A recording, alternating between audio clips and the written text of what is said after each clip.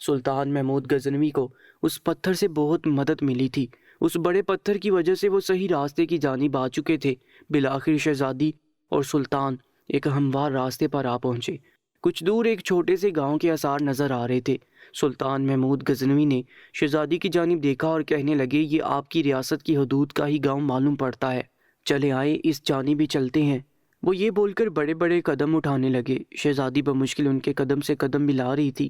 گاؤں پہنچنے پر شہزادی نے فوراً ہی اس جگہ کی پہچان کر لی اور خوش ہوتے ہوئے کہنے لگی، آپ کا اندازہ درست ثابت ہوا، یہ گاؤں ہماری ریاست کی حدود میں ہی آتا ہے۔ یہ سن کر سلطان محمود غزنوی نے سر اس بات میں ہلایا۔ شہزادی سمرتی نے فوراً ہی ایک آدمی کی مدد سے گاؤں کے مکھیا کو بلاوا بھیج دیا۔ مکھیا اپنے کچھ ساتھیوں سمیت حاضر ہوا اور شہزادی سمرتی کو اپنے سامنے دیکھ کر حیران رہ گیا اور فوراً ہی ان کے سامنے ادب سے جھک کر سلام پیش کرنے لگا، جبکہ سلطان محمود غزنوی یہ سب کچھ بہت حیرت سے دیکھ رہے تھے۔ سلام کا جواب دے کر شہزادی نے کہا، ہمیں فوراً 3 برق رفتار گھوڑے دیے جائیں اور کچھ خشک اناج اس سپاہی کو دیا جائے۔ شہزادی کا حکم فوراً ہی بجا لایا گیا اور فوراً ہی 2 برق رفتار گھوڑے اور کچھ خشک اناج ان کے سامنے آ چکا تھا۔ شہزادی سمرتی سلطان محمود غزنوی کی جانب مڑی اور ان کی آنکھوں میں دیکھتے ہوئے کہنے لگی، اے اجنبی، میں تمہارا جتنا شکریہ ادا کروں اتنا کم ہے۔ میں نے زندگی میں تم جیسا شخص آج تک نہیں دیکھا۔ تمہیں دیکھ ایسا لگتا ہے جیسے تم دنیا میں آخری بنے ہو، تم جیسا کبھی کوئی نہیں بنے گا۔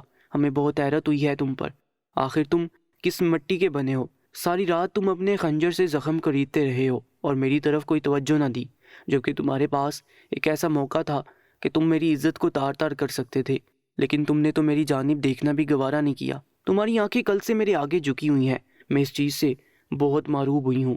تم چاہو تو میرے ساتھ محل چلو، میں تمہیں انعام و کرام سے بھر دوں گی۔ اپنی جان بچانے کے بدلے ہم تمہیں اتنا نوازیں گے کہ تمہاری جدی پشتی بیٹھ کر کھائے گی۔ سلطان محمود غزنوی رحمۃ اللہ علیہ شہزادی سمرتی کی پیشکش پر ایک بار پھر دل سے مسکرائے اور نفی میں سر ہلا کر گھوڑے پر بیٹھ گئے۔ ان کو دیکھ کر ان کے سپاہی بھی گھوڑے پر سوار ہو چکے تھے، جبکہ پورا گاؤں ہی ان کے گرد جمع ہو چکا تھا۔ سلطان محمود غزنوی نے شہزادی سمرتی کی جانب دیکھا اور کہنے لگے، ہمیں انعام وغیرہ سے کوئی غرض نہیں، ہم نے کل آپ کو یہی کہا تھا کہ یہ ہمارا فرض ہے اور ہم اپنے فرض کی ادائیگی بخوبی جانتے ہیں، اور عورت کی عزت کرنا ہمارا سب سے اولین ترجیح ہے۔ ہمارے نبی نے عورت کو ایک اعلیٰ مقام دیا ہے، ایسے میں اگر ہم عورت کے ساتھ غلط کریں گے اور اس کو غلط نگاہوں سے دیکھیں گے تو ہم پر عذاب نازل ہوگا۔ اور رہی بات زخم خریدنے کی، تو وہ میں اس لیے کر رہا تھا تاکہ میرا دھیان ذرا برابر بھی آپ کا حسن کی جانب نہ جائے۔ اگر خدا نہ خواستہ میرا دھیان آپ کی حسن کی جانب چلا جاتا تو ہو سکتا تھا میرا ایمان ڈگمگا جاتا، اور میں ایسا ہرگز نہیں کرنا چاہتا تھا۔ میرے ایمان کو زد نہ پہنچے اور میری توجہ میرے درد کی طرف رہے، آپ کی طرف نہ پڑے، اس لیے میں خنجر سے اپنے زخم کو رید رہا تھا۔ سلطان محمود غزنوی یہ بول کر خاموش ہو گئے، جبکہ وہاں موجود ایک گاؤں والا اور شہزادی سمرتی خود سلطان محمود غزنوی کو عزت بڑی نگاہوں سے دیکھ رہے تھے۔ سلطان کچھ دیر بعد پھر بولے، شہزادی، میں مسلمان ہوں اور محمد مصطفیٰ صلی اللہ علیہ وآلہ وسلم کا غلام ہوں۔ میری نظر آپ کے جسم پر نہیں بلکہ خود میری اپنی روح پر تھی۔ شاید میرے جسم سے گناہ کا داغ دھل جاتا، لیکن میری روح پر اس گناہ کا داغ لے کر میں اپنے نبی پاک صلی اللہ علیہ وآلہ وسلم کے سامنے کیسے پیش ہوتا؟ مجھے یہ گوارا نہیں تھا، کیونکہ الحمدللہ میں ایک سچا مسلمان ہوں اور مسلمانوں پر زنا زیب نہیں دیتا۔ اس وجہ سے میں خود کو تکلیف دے کر اپنی توجہ خود کی جانب بھی مبذول رکھنا چاہتا تھا۔ شہزادی یہ جواب سن کر اس سپاہی کی اپنے سچے مذہب اسلام کے ساتھ لگاؤ، محبت اور وفاداری دیکھ کر ان کے کردار سے متاثر ہوئے بنا نہ رہ سکی، جیسے اس کا دل اسی اجنبی کے مذہب اور زندگی میں شامل ہونے کو بے قرار ہو۔ وہ آس بڑی نگاہوں سے سلطان محمود غزنوی کو دیکھ رہی تھی۔ وہ خود نہیں جانتی تھی کہ وہ انہیں کیا کہنا چاہتی ہیں، بس خاموش نگاہوں سے انہیں دیکھے جا رہی تھی۔ یہ ساری باتیں بول کر سلطان نے اجازت چاہی، اب ہمیں دیر ہو رہی ہے، ہمیں نکلنا ہوگا، آپ سب ہمیں اجازت دیں۔ وہ جیسے جانے لگے تو یکدم ہی شہزادی سمرتی کے لب ہلے۔ وہ کہنے لگی، نوجوان سپاہی، تم نے ابھی تک اپنا نام نہیں بتایا اور یہ بھی نہیں بتایا کہ تم کس فوج سے تعلق رکھتے ہو۔ اگر ہمیں کبھی تمہاری ضرورت پڑی تو ہم تم سے کیسے رابطہ کریں گے؟ جاتے جاتے اپنا نام اور اپنی فوج کا پتہ ہی بتاتے جاؤ۔